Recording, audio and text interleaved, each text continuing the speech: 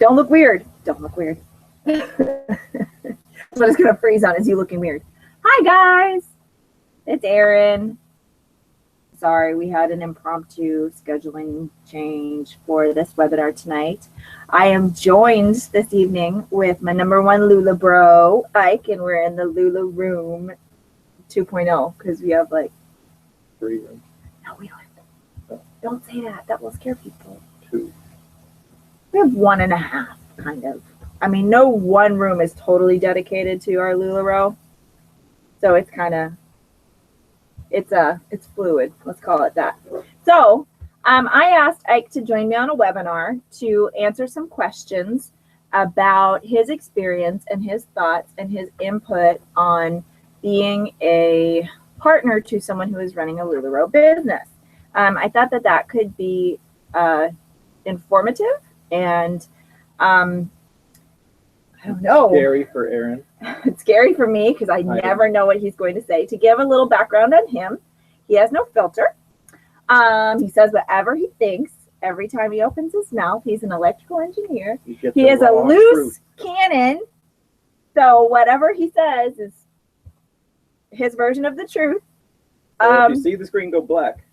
I hung up. I stopped. She just cut it off. Like, whoop, never mind. We're not doing this anymore. Okay, so actually, you know what's fun? Can I say one thing before? Okay, you say you're the. We have a lot of fun working together, and I'm really excited that he's doing this with me. Okay, there. So, Ike. Hello. What got you into LuLaBro? You.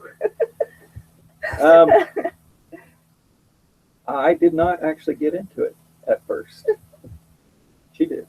I did. However, I pushed her into it because, well, do you want the whole story? Yeah, tell me about that. Tell me about you pushing me into it.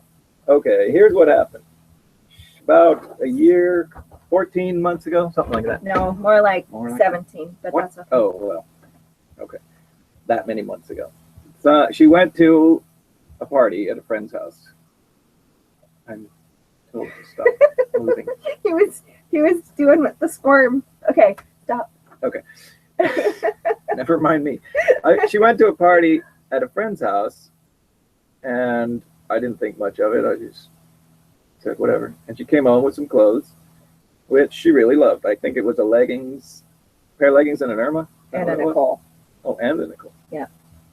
The gateway dress. I noticed the leggings mostly because they were exciting. I can't tell you actually which pattern they were. Anyways, so she wore the clothes all the time, or as much as she could, and obviously they were comfortable, and she loved them, and she talked about them. And then she said one night she just asked me, she's like, you know, this lady that I went to the party with, she sells these clothes, and she's leaving town, and I'm thinking about selling them.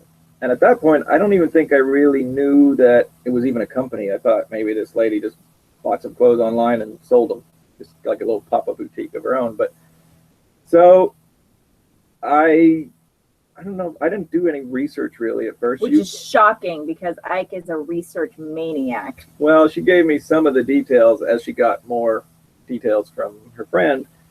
And as soon as I heard it was an MLM, I was kind of like, well, or more, it's actually more of a direct sales company, actually. Because right. It is. Yeah. Direct sales. I thought to myself, you know, there's a lot of direct sales companies out there, and I know we had done we buy the oils, but we never really got into selling them because it just seemed like such a chore. You have to convince people to buy stuff, and I thought, I was like, well, you know what? These clothes seem to sell well, and if there's one direct sales company that makes sense in my mind, it's clothing sales, because of all the things that women buy and don't stop buying, it's clothing and shoes and purses, and they never seem to I have not bought a maybe an exception. She does buy purses. I've seen it, but not in a long time. Anyway, but she would like them, and now with her Lula money, maybe she will. But so it made a lot of sense to me, and she told me the startup cost, and I did a little bit of research, or we did together, on how it worked. you know, it's going to cost around $5,000 to start up, but we get all our own inventory. We're not shopping out of a magazine and waiting 6 months and then getting a 5% commission. Yeah, and getting a 5% commission. So when I saw the overview of the numbers, I said, well, it's kind of a no-brainer. I mean, what's the worst case? We get 5,000 worth of inventory and we sell some of it, and we can even send it back if we don't. If you want it out totally, it's only going to cost, the max it would cost was 15%. So it made a ton of sense to me. I said, well, go for it. And then he kept saying, go for it. When it was Yeah. like, I don't know. Oh, I'm so scared. Oh, I don't know. Oh, I'm so scared. And he's like, what? Have you done it yet? Have you have you done it? Have you done it? She kept stalling. I said, hurry up and order it. I want to see this stuff. True. That is true. So your first reaction was like, oh yeah, it makes sense. It's clothing. People will always buy clothing. My first reaction was probably more excited about it than you were. Yeah, I'm kind of more calculated than you are in general, and you're kind of more of a risk taker and an entrepreneur. But I saw this, when I thought about it, I saw this as it was almost impossible to lose money. Okay. Whereas if you buy a timeshare or something, you can't get that. They claim when you're there, they'll tell you can sell it back, but you won't be able to. Trust us, we've been through it. Because we've made that decision before. So this is not one of them. So when you heard about the initial investment, that's when you started doing some research. Yes. Okay. As soon as I heard the number, I had to figure out, why? What are the odds of losing all this money, or how much? And pretty much the odds of losing, you would have to work really hard to lose money. You would have to just not care. Because you could turn around and send the whole thing back for a 15% restocking fee. And if you sell anything, you will have covered that restocking fee. I mean, anything is a loose term, but okay. So this says, what was the first article of clothing did you put on? Is that you? That would be me. What was the first article of clothing you put on? Well, at the beginning, very first thing I put on, I believe, was a pair of watermelon leggings. They were awesome. I wish I still had them. No, we sold them to my mom. Yeah, I sold them to her mom. So I could probably go still borrow them. And so what happened was I had a party at our house, and I remember this, and I sold leggings, obviously, and I sold a ton of stuff, and that was my second party, and I goes, okay, wait a second, what's the big deal? So why are people coming? About were these leggings? Like, they're so soft, they're so awesome, they're so And so he's wondering why all these women are coming to our house and buying leggings, and so he had to try them on. So he did. And so I gave him the watermelon leggings because I thought, humor. I thought they were beautiful. What is your favorite style?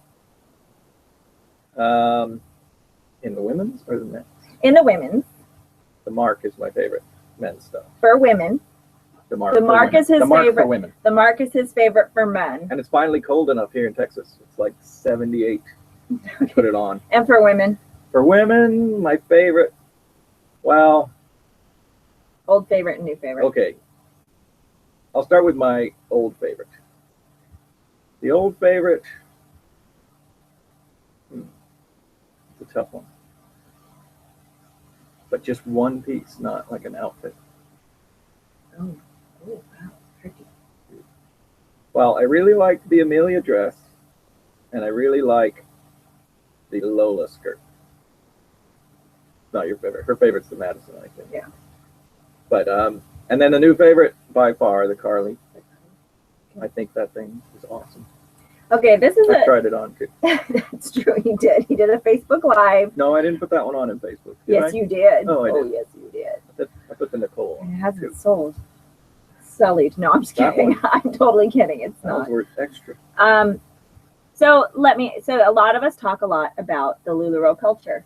And the LuLaBro culture is where through fashion, we create freedom, serve others, and strengthen families. A place where lives are being blessed and dreams achieved through confidence, purpose, and growth. That's the LuLaBro culture. How long did it take you to understand that or to get that? I know you heard a lot about it. You listened into some of the webinars and stuff initially. But how long before that made sense to you? That one took a while. I'm not. training here in DFW. We did training. When you met Kenny. Oh, I met Kenny. It wasn't a training. It was a pop-up. I went to a But there pop-up. was a Training. I didn't go to it, but I'd say it took me a long time to get the culture.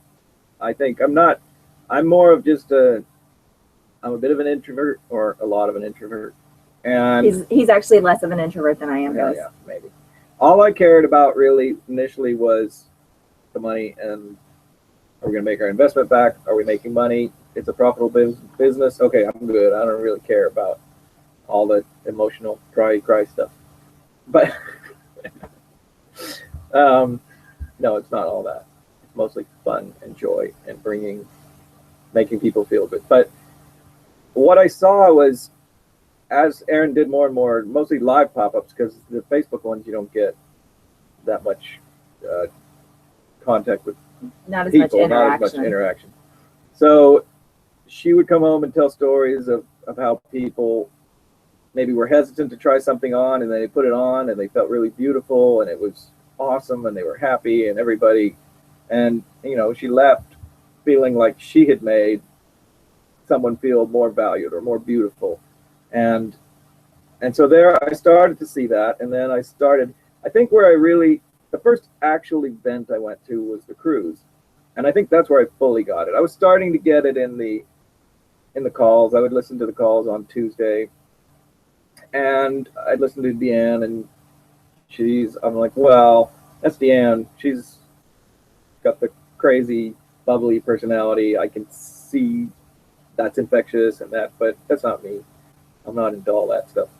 But on the cruise, I saw that these people were genuine. They really cared.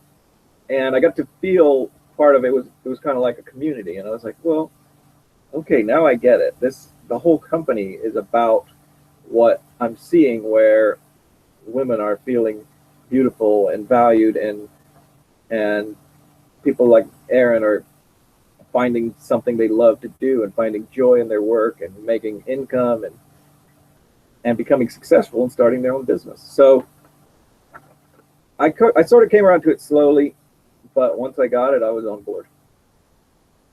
Why do you think that culture sets us apart from other businesses, other direct sales companies, other clothing retailers? Do you think that is a contributor to our success and to our expansion?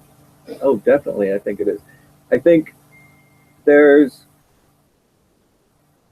it's going to take some people longer and some people shorter to jump in. And I think it all depends on how soon they get engaged in training and meeting the founders and meeting people that have been in it for a while. But I think it's a total different atmosphere than any other company. Most companies are just all about the black, especially, making profit. That's all that matters. It's the bottom line. That's the corporate culture. That's what CEOs, that's what they're paid for. They don't really, there's some of the, I guess, .com companies are trying to make the impression that it's a community and it feels good. But, I've read articles. There's even a book that I'd like to read. I forget the name of the guy, but talking about how it's sort of a farce. It's not true. They give this perception that, oh, we're a community, we're in something new, we're starting this, it's awesome, we care about each other, but at the end of the day, it's not. It's just about who can get to the top the fastest and who can making sure that the profits are there. But the difference here is that because it's not a corporate company, nobody's answering to any shareholders, and every person is their own business owner. So as long as everybody buys into the culture, it will stay that way. We're not going to lose that because somebody's only cares about making money. Okay. If any of that makes sense. I think so. Okay. I think the culture definitely sets us apart. And that we're going to be $1 billion company in the first 5 years of operating, and you never see a clothing retailer do that. That's not something that happens. And people are not just, I've said this before on on our webinars. People are not drawn to us because, and I think actually Simon Sinek said it too, so maybe it wasn't me. People are not drawn to us just because of our clothing. Our clothing is amazing. It's comfortable. It fits well. It's attractive and it's appealing. But what's more appealing is the way that we are concerned about our customers, the way that we care, the way we're trying to share love, and we're trying to bless lives, and we're trying to see people grow in confidence and just be transformed by a community that is uplifting versus like, oh, you can't wear that, you're not a size 2, that kind of thing. So I think that's important to, I mean, not that you didn't say that, but I'm going to add that. What's your role in the business now? What is my role? I am a support worker. No, chief couch sitter. Chief couch sitter. Absolutely not. That is not true at all. No, honey. No. No, what I try to do is just support her. I see she's pretty much does everything. Sometimes her head is spinning, but if I come home and she's got a pop-up or something, I'll load the car, get her on her way. Sometimes if she's got too much stuff, I'll pack up my car as well. We'll get the kids. We'll all go. Kids kind of like it. It's fun. They get to go. They always get in someone else's house and find the toys. But I'm not sure that my customers all like it, but I don't know that that's a blessing. Yeah. But so I do that. Sometimes I'll jump in and do some shipping. I'm mostly tech support. So if a computer's not working, I'll get that. If she's got some new software she's trying to figure out, I do that. I wrote some software for her. I'll help with shipping. I'll take stuff to the mail if it's late, but mostly, just trying to jump in and help out where I can so that she can be done with her work and have family time.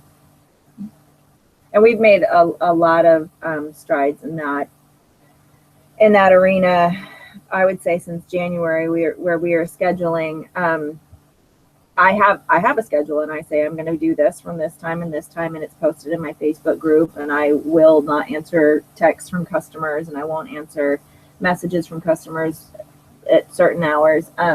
Most of the time, he's probably going to call me out on that.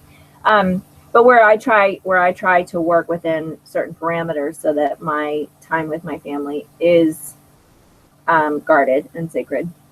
And I find that once you give yourself a schedule, like, oh, I'll handle exchanges on Monday, and I'll get on Messenger on Tuesday, and I'll take pictures on Wednesday. When you give yourself a schedule like that, you find that you actually have more time because you're doing things in blocks versus little small pieces all the time, all throughout the day. So that's just a little scheduling tip that I know I've shared with you probably as well. But anyway. Also, I get takeout. Oh yeah, he will go pick up takeout if we've come to that. Sometimes that happens. On shipping nights. On shipping nights. Yeah. Or webinar nights. Or webinar nights. What changes have you noticed in me since I started? I got a better wardrobe. She's got a much better wardrobe. More color. A lot more color. That is true. That is so true. I think the biggest thing I've noticed is just a big boost in self-value, self-confidence. She runs the show now. No, I don't. What does that mean? I do? I didn't know I was in charge. That's awesome. No. Hey.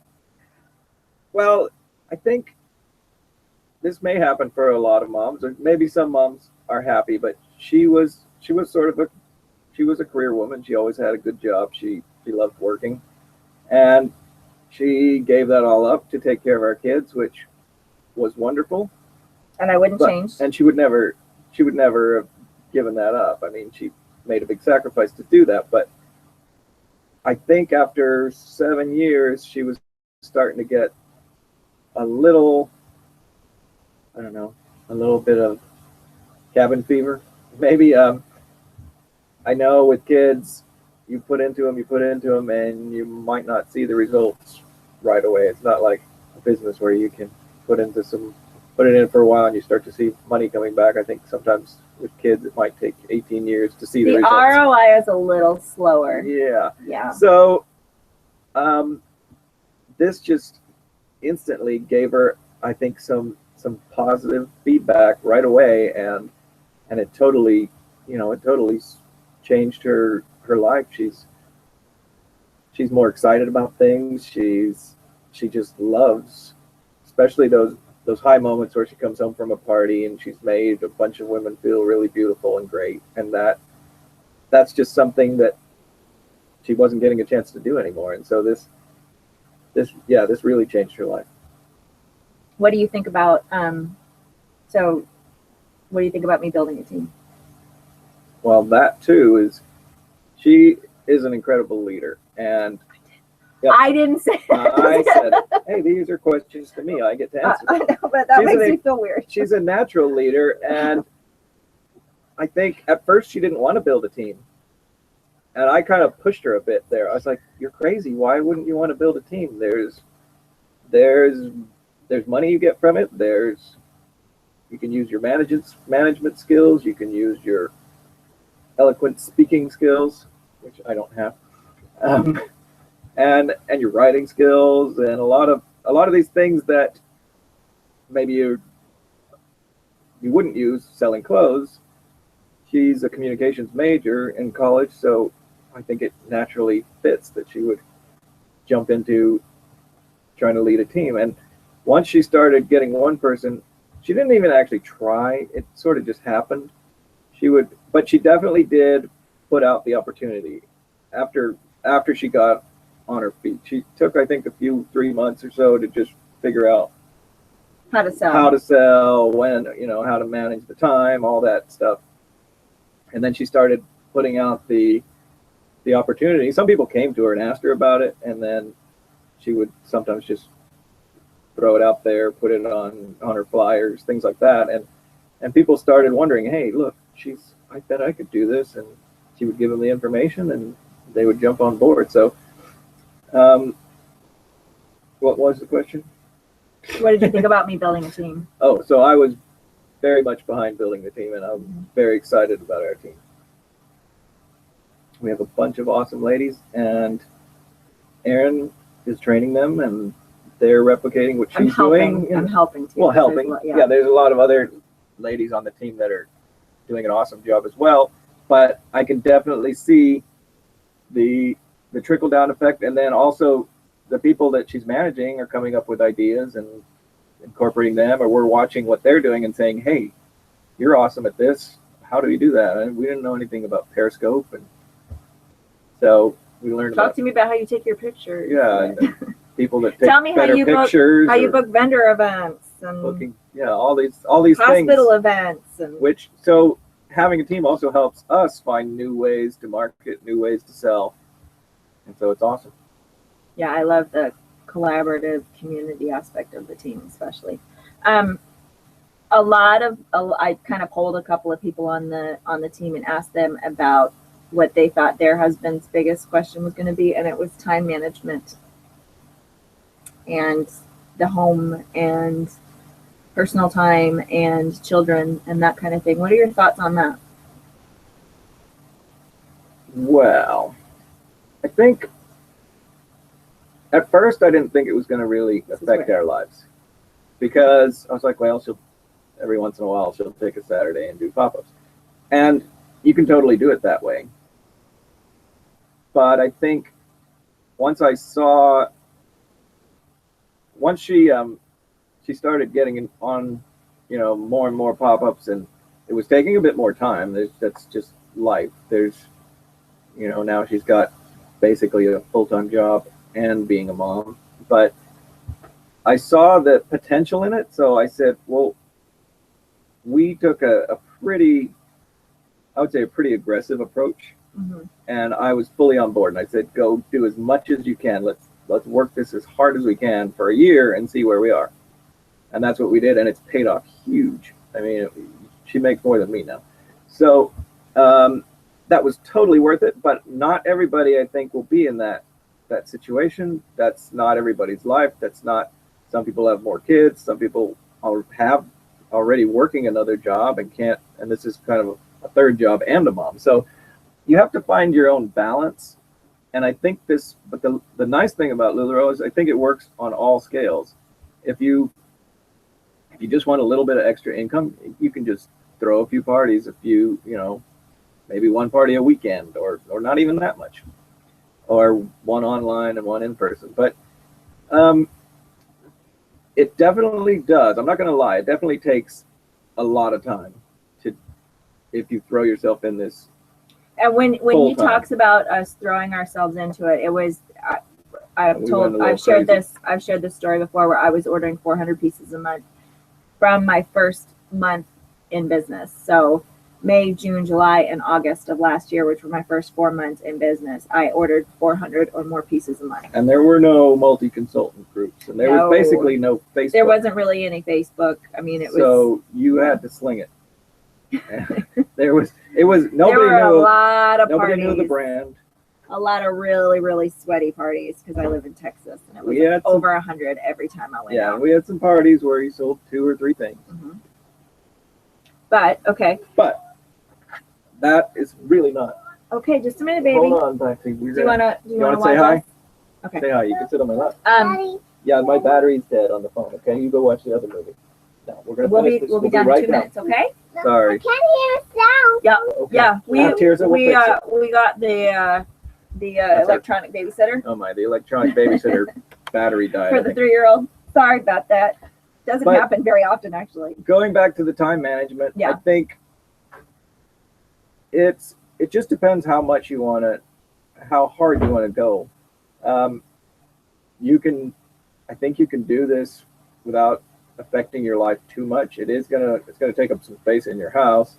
It's gonna change your house layout a bit. It might take up a room or whatever. And then just because of the nature of it, especially if you're doing Facebook sales, sometimes that's night and you have to answer questions. So you might be out on a date and your wife might be looking at her phone every once in a while. I try not to do that. That's okay. I mean, it doesn't bother me. I mean, go on dates. No. Yeah, too. You just don't do dates. Sorry. Don't do dates. I'm sorry. Sell clothes. No, we need a date. Yeah, you schedule it or me. You tell me. I don't know. I'll schedule it. Okay. So time management. Our favorite time management tool, Green Chef, where 3 meals that are pretty much all prepared show up at our door once a week, and that takes care of meals. We should get money. Green Chef. Okay. We'll talk. The other thing that we have done to save time, and if you're committing to your sales at all, you could probably afford, is we have someone come in and clean our house now. That's one of the things that Deanne always says. Who's cleaning your house? Why are you scrubbing your toilets? You should be selling clothes. You should be building your team. You should be building your business. Don't scrub your toilet. Give someone else the opportunity to make some money by cleaning your house, and you go work. So I tried to farm out the laundry, but she's not there. I can't do that, y'all. I cannot farm out my clothes, especially, LuLaBro. If they do it wrong, you'll be sad. Hello. We'll be sad. Exactly. I kind of don't love your next. What's my next question? Well, your question was about market saturation, and ask me. Okay, so how do you feel about market saturation, Isaac? Are you gonna use that example?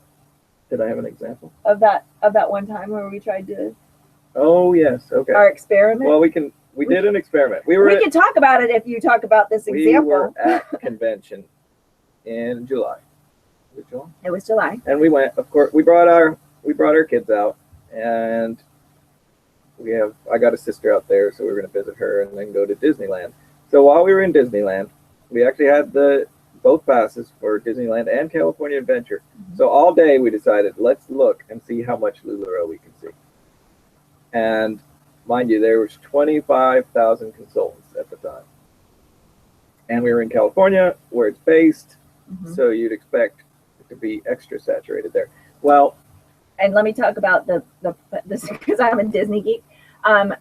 Disneyland was at 82% capacity, and California Adventure was at 90% capacity that day. That means they were very, very, very, very full.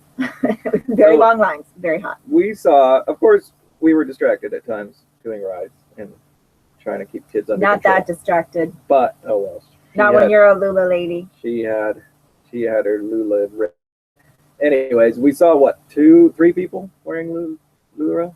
Well, One 3 if you count the husband of the consultant that we saw. Yeah, you got to count that. So we saw a consultant Who was there at convention? who was in California for the convention. And we saw one Lula in the wild, she called it. Yep. One pair of leggings. A pair of leggings and one other person. Did we see a perfect team maybe? Maybe a perfect. I think a perfect team. So basically nothing of all the hundreds of thousands of people there. Now, that's not to say that it won't get saturated. At some point, the market will saturate. But well, saturation is, I don't know. That would be. I don't think we're close. Yeah, because I was at Target today and Costco, and PetSmart and Home Goods. That's why I look like this. And no one's heard of it. Anybody who asked. And I didn't see any LuLaBro. And in Fort Worth, I've been operating here for 15 months. I spoke to vendors at Costco who'd never heard of it, passed out my business card. She'd never heard of it. Young, hip, cute girl. Here's my card. Check me out. She'd never heard of it. So right now, as of August 2016, we're nowhere close to market saturation. However, at some point, like anything, years down the road, the market will get saturated, but I'm still not worried about it, because what you'll find is that if you buy into the culture, if you're serious about it, it may be a bit harder. The communications person in me doesn't like what I don't like him to say buy into the culture. But if you adopt the culture, if you start living by the culture, there's no fee. Well, and it's not, you don't buy in like, oh yeah, I bought in on that. I buy in. If you adopt the culture and you start living by the culture. Yeah, you will rise to the top. And LuLaBro is a unique company in that you can actually jump your sponsor. A lot of multi-level marketing companies, you can't. If you get in early, you're good to go. You're going to make a ton of money off everybody that jumps in underneath you. But LuLaBro is a little different in their structure, and it's a much better setup. I believe that it really rewards people that work hard. So if you work hard, there's a lot of consultants now that are going to find it's too much work and they're going to drop out. So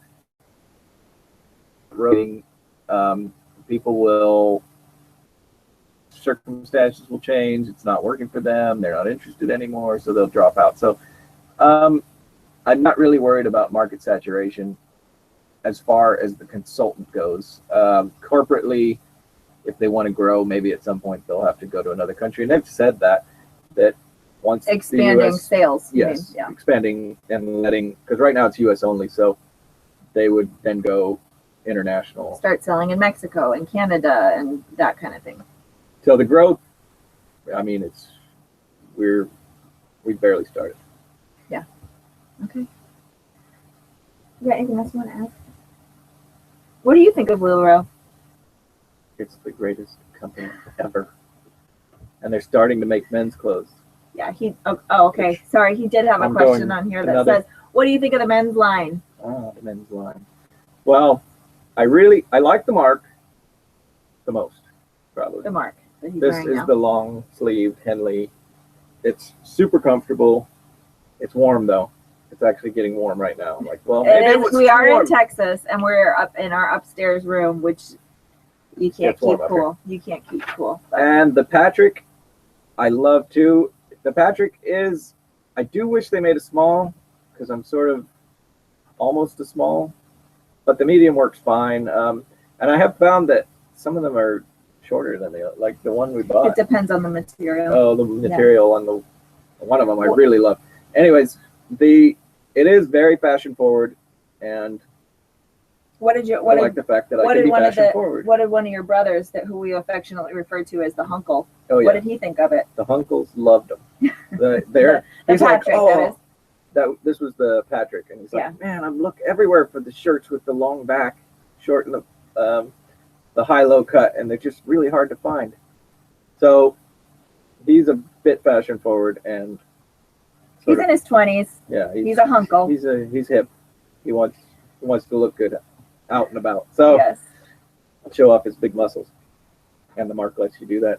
I mean the Patrick. The Patrick, yes. The Mark will. Okay. Maybe he won't be so fond of the Mark. It's going to hide his big muscles. That's right. Anyways, Okay. that's all I have. Okay. All right. Hey, you know what I like What? about LuLaBro? That you and I get a chance to work together. I love it. Because it's one of my favorite things. It We is. we actually really like if there are nights if it's the LuLaBro. Get a bottle of wine and pack clothes and ship them. Don't spill And it we on sit the there and floor. listen to music and we talk and we have a good time. Or watch and, the Olympics. or watch the Olympics. Well, we haven't done any shipping. No, Sorry, we honey. Sorry, I've taken care of that. But we really, it is actually our family business. It is something that I talk to him about it all the time.